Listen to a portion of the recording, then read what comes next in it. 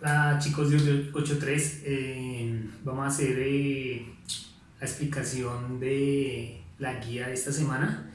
Eh, Sin embargo, vamos a aprovechar para hablar de varios puntos alrededor de las guías de las semanas anteriores. La guía de la actividad 3 fue una guía que trató de la multiplicación y la suma de polinomios, ¿sí? Fue una guía que se subió el nivel de complejidad con respecto a los trabajos que veníamos resolviendo, ya que fue un poco más extensa y pues el grado de complejidad fue de mayor dificultad. Sin embargo, se presentaron pues varias dificultades. Entonces lo que hice en el siguiente trabajo fue seguir con el mismo tema, dejar menor cantidad de ejercicios y también más fáciles. Entonces lo que se hizo fue un refuerzo. Por eso la semana anterior no les envié video, porque era el mismo tema. Entonces aplicaba la misma explicación del video que ya les había enviado con el profe Mauricio la última vez.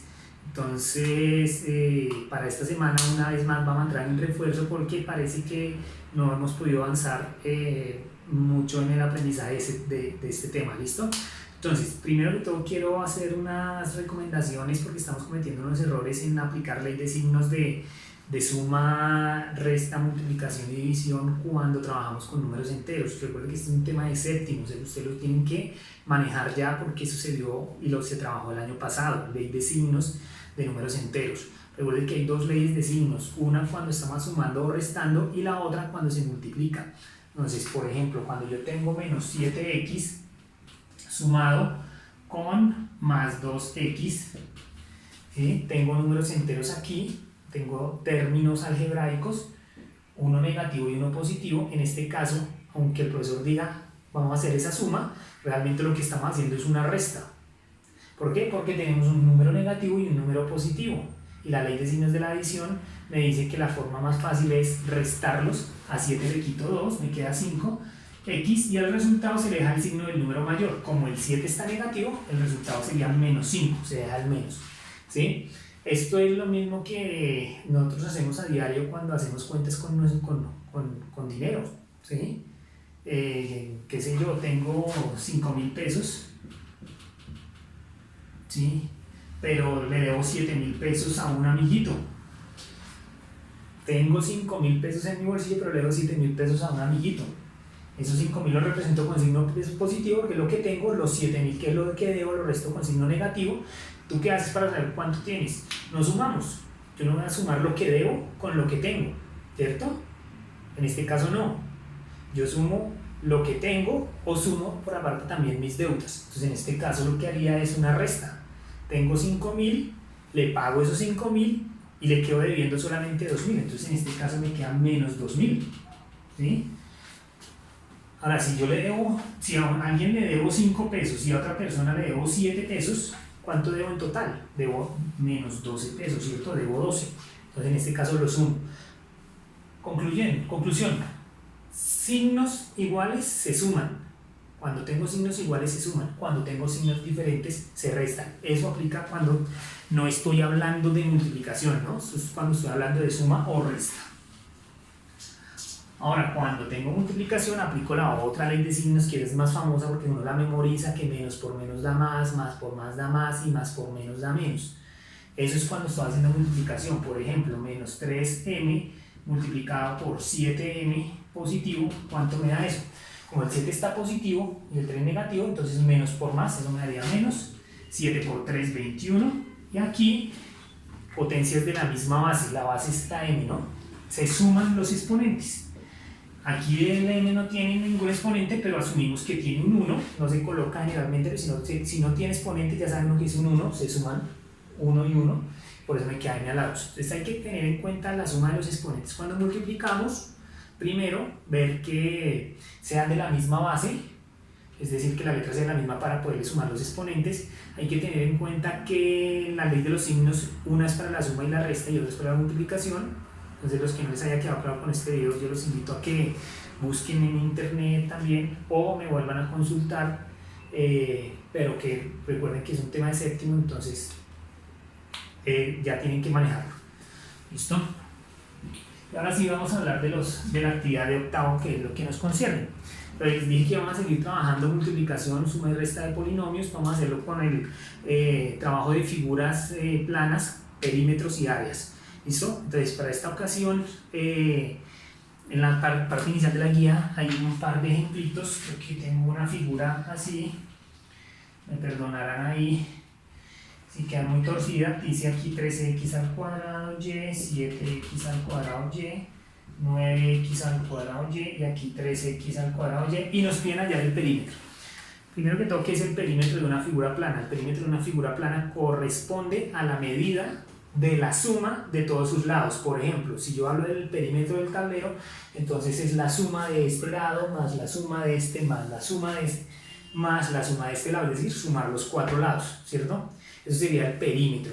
De un cuadro igual, sumar los cuatro lados. De un triángulo igual, sumar sus tres lados. Si es un pentágono, entonces sumar sus 5 lados, ¿sí? Si es una circunferencia, entonces hay una ecuación que aparece en la guía que yo les doy. Hay una ecuación para hallar el perímetro de la circunferencia, porque pues no son, sus lados no son líneas rectas, entonces se hace mediante esa ecuación. ¿Listo? Entonces, ¿qué hay que hacer para hallar el perímetro de este? Sumar los cuatro lados de esta figura que aparecen aquí. Para sumarlos, yo tengo que verificar que los términos sean semejantes. Para saber si son semejantes, ¿qué es lo que hacemos? Correcto. Miramos su parte literal, que las letras sean las mismas y que los exponentes sean los mismos. Entonces, note aquí que dice x al cuadrado y. Aquí dice, perdón, 3x al cuadrado y, la parte literal, x al cuadrado y. Es la misma parte literal que esta, también igual a esta y también igual a esta. Quiere decir que los cuatro términos son semejantes, los puedo sumar, ¿sí? Porque esto es como cuando nos enseñaron en primaria a sumar naranjas con naranjas, peras con peras. No puedo decir que 5 naranjas más 2 peras son 7 naranjas o son 7 peras, porque no se pueden mezclar en un solo objeto, ¿sí? Me quedarían 5 naranjas por un lado, 2 peras por el otro. No se pueden mezclar. Y aquí pasaría lo mismo, ¿sí? Las letras representan unas cantidades y para poderlas mezclar en una sola tienen que ser las mismas letras con los mismos exponentes. Entonces, como si son semejantes estos términos de acá, lo que se hace es simplemente sumar sus coeficientes, es decir, sumar el 13 más el 7 más el 9 más el 3, y eso me daría 13 y 7, 20, más 9, 29, más 3, 32, le colocamos la parte literal, que es x al cuadrado y ese sería el perímetro. Esa sería la suma de los cuatro lados. ¿Listo? ¿Qué pasa entonces cuando no son semejantes los términos? Lo que mencionamos aquí, por ejemplo, 7x al cuadrado más 2y al cuadrado, eso no se puede sumar. Entonces, ¿cómo expreso esa suma? Así como está, ya, queda así, igual. No lo puedes simplificar más, no se puede reducir más. Vamos a hallar ahora, entonces, vamos a hacer un ejemplo para hallar el área. Aquí aparece una figura que está en su guía. Dice aquí 7n, aquí dice 2n más 5, aquí dice 5n y acá dice 3n. Y nos piden hallar el área.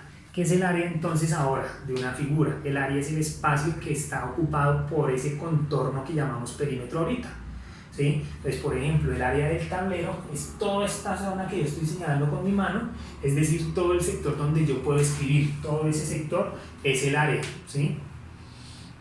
Entonces, el área de esta figura que está aquí sería este espacio que yo estoy aquí sombreando. Y para hallar el área tenemos es que multiplicar dependiendo de la figura que tengamos. Por ejemplo, si es un cuadrado o es un rectángulo, lo que hacemos es multiplicar la base por la altura. Multiplicamos esos dos lados, base por altura, y ese es el resultado. Ahora que si tenemos un triángulo, ¿sí? Como la regla que yo estoy mostrando aquí, vamos a multiplicar la base por la altura, pero el resultado lo dividimos entre 2, ¿sí? ¿Por qué se divide entre 2? Porque es que un triángulo, todos los triángulos, son la mitad de un rectángulo. ¿Qué tiene que ver eso? Acabamos de decir que un rectángulo se halla su área multiplicando la base por la altura. Pero como un triángulo es la mitad de cualquier rectángulo, como yo lo he hecho aquí, entonces el área de este triángulo sería multiplicar la base por la altura, pero dividido entre 2, porque no es de un rectángulo sino de un triángulo. Entonces para todos los triángulos siempre vamos a dividir entre 2. Multiplicamos base por altura y dividimos entre 2.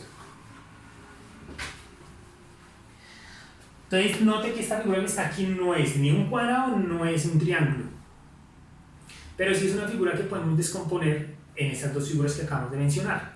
Miren, note que si yo divido esta figura aquí con una línea totalmente vertical, me salen dos figuras que son un rectángulo acá y un triángulo aquí.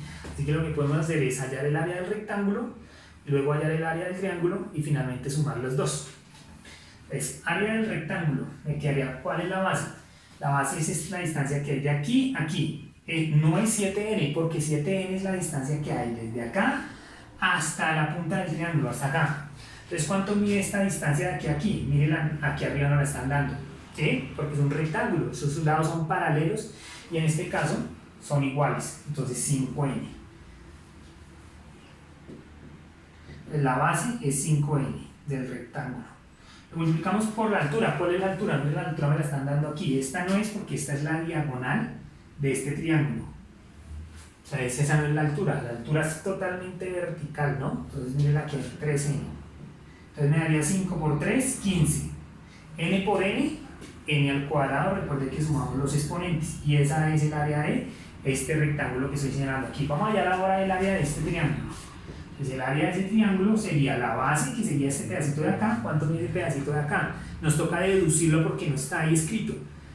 Es decir, la información está implícita, no está explícita, no está escrita ahí, pero sí está implícita. ¿Por qué? Porque nos dieron esto de acá mide 7, pero este pedazo de acá mide 5. Así que este pedacito de acá mide, sería la diferencia entre 7 y 2, entre 7 y 5, perdón, que sería 2. ¿Sí? 7 menos 5 me quedaría 2. Aquí este pedacito de acá mide 2n. Y así habrá muchos ejercicios en los que ustedes tienen que deducir alguna de los lados de alguna figura de la manera que lo acabo de hacer. ¿Listo? ¿Cuál es la altura del triángulo? Esta tampoco es esta misma de acá que corresponde a esta de acá, 3n. ¿De acuerdo? La altura del triángulo no es la diagonal, nunca se toma la diagonal, sino se toma totalmente vertical. ¿Listo? De aquí nos daría 3 por 2, 6. N por n al cuadrado, pero acuérdense que el del triángulo dijimos es dividida entre 2, porque sería la mitad de un rectángulo, ¿sí? Que había un rectángulo, pero es solamente la mitad. 6 dividido entre 2, eso me daría 3. 3n al cuadrado. Entonces ya tenemos las dos áreas, veanlas aquí, yo las señalo. Ahora para hallar el área total, lo voy a hacer por aquí. No. ¿Dónde la hacemos? Sí, vamos por aquí arribita, yo voy a borrar esta parte porque aquí área total sería 15n al cuadrado más 3n al cuadrado y eso me daría 18n al cuadrado. ¿Listo? Esa sería el área de toda la figura completa. Entonces miren que estamos practicando la multiplicación y la suma de términos o expresiones algebraicas. Voy a hacer otro ejemplo de áreas. Voy a hacer un ejemplo que hay aquí en este libro. Aparece un rectángulo y aparece un rectángulo adentro de ese rectángulo con las siguientes medidas. Esto de aquí, esta altura es 3x, toda esta base de aquí es 7x del rectángulo grande, del rectángulo pequeño esto mide 2x y esa altura de este rectángulo pequeño es x. Y nos piden hallar el área que está aquí sombreada, que yo estoy sombreando.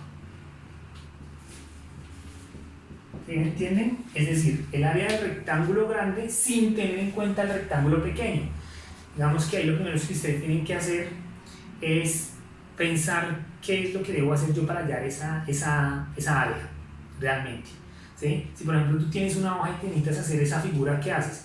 Pues lo que hacemos es recortar esta parte de aquí, es decir, retirarla, es decir, sacarla, restarle. Entonces lo que nosotros tenemos es que hallar el área del rectángulo grande, hallar el área del rectángulo pequeño y luego retirarle esa área, es decir, restarla. ¿Listo? Entonces vamos a hallar el área del rectángulo grande. Aquí, área del rectángulo grande que sería base 7x multiplicado por la altura que sería 3x. Y eso me daría 7 por 3, 21, x por x, x al cuadrado, ¿cierto? Sumando exponentes. ¿Listo? Ahora vamos a hallar el área del rectángulo pequeño, que sería la base 2x multiplicado por la altura que es x, y eso me daría 2 por 1, 2, x por x, x al cuadrado. ¿Listo? Y ya tengo las dos áreas. Ahora vamos a restarlas. Entonces el área total sería 21x al cuadrado menos 2x al cuadrado. A 21 le quito y eso me quedaría 19x al cuadrado. Mire que como son semejantes, lo único que hago es restar los coeficientes. 21 menos 2. El x a la 2 me queda exactamente igual. ¿Listo? Ese sería el resultado de esta figura. Por último, les voy a recordar cómo se hace la multiplicación de un monomio por un polinomio. ¿Sí? Que ahí también hemos tenido dificultades con eso. Eso se llama propiedad distributiva de la multiplicación con respecto a la suma. Ejemplo, si yo tengo 5x al cuadrado menos 5x al cuadrado y está entre paréntesis multiplicado por 12x más z menos 3x al cuadrado. ¿Sí? Entonces que aquí hay un monomio afuera que es 5x al cuadrado y dentro del paréntesis tenemos un trinomio, una expresión de tres términos, 2x, z y menos 3x al cuadrado. Aquí se hace una multiplicación y la podemos hacer de la siguiente manera. Este término multiplica primero a este, luego viene y multiplica a este y finalmente multiplica a este. Es decir, tengo que hacer tres multiplicaciones porque este término multiplica cada uno de los términos que están dentro del paréntesis, si es que hay paréntesis. ¿Listo? ¿Cuánto me quedaría? 5 por 2, 10. Menos por más, menos. Y x a la 2 por x a la 1 me quedaría x a la 3 porque estaríamos sumando los exponentes de la x. Vamos a multiplicar el siguiente término, es decir, la segunda flecha que está aquí. Menos 5x al cuadrado por z. Entonces, primero los signos. Menos por más daría menos. Ley de la multiplicación, ahí los signos, ¿no? 5 por 1 daría 5 y x al cuadrado por z quedaría x al cuadrado por z, punticos pegaditos, porque no son potencias de la misma base, entonces no puedo sumar sus exponentes. Siguiente, para poner menos 3, entonces menos por menos, más 5 por 3 daría 15, x al cuadrado por x al cuadrado daría x a la 4, ese sí son potencias de la misma base, entonces sumo sus exponentes y me quedaría x a la 4.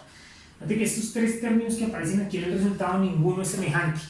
Todos tienen una parte literal diferente. Este es x a la 3 y este es x a la 4. Son diferentes, no los puedo mezclar, no los puedo sumar. Y este es x al cuadrado y además tiene z, entonces no se pueden reducir más. Ese sería el resultado. ¿Listo? Entonces, yo espero que esta pequeña explicación les sirva para que ustedes la tengan como guía y referencia para poder solucionar la guía. Sin embargo, si tienen dudas me pueden escribir a mi número que es 316-286-4929 y yo con mucho gusto les aclaro dudas, les envío imágenes con explicación o de pronto otro video corto. ¿Listo? Nos vemos en una próxima oportunidad.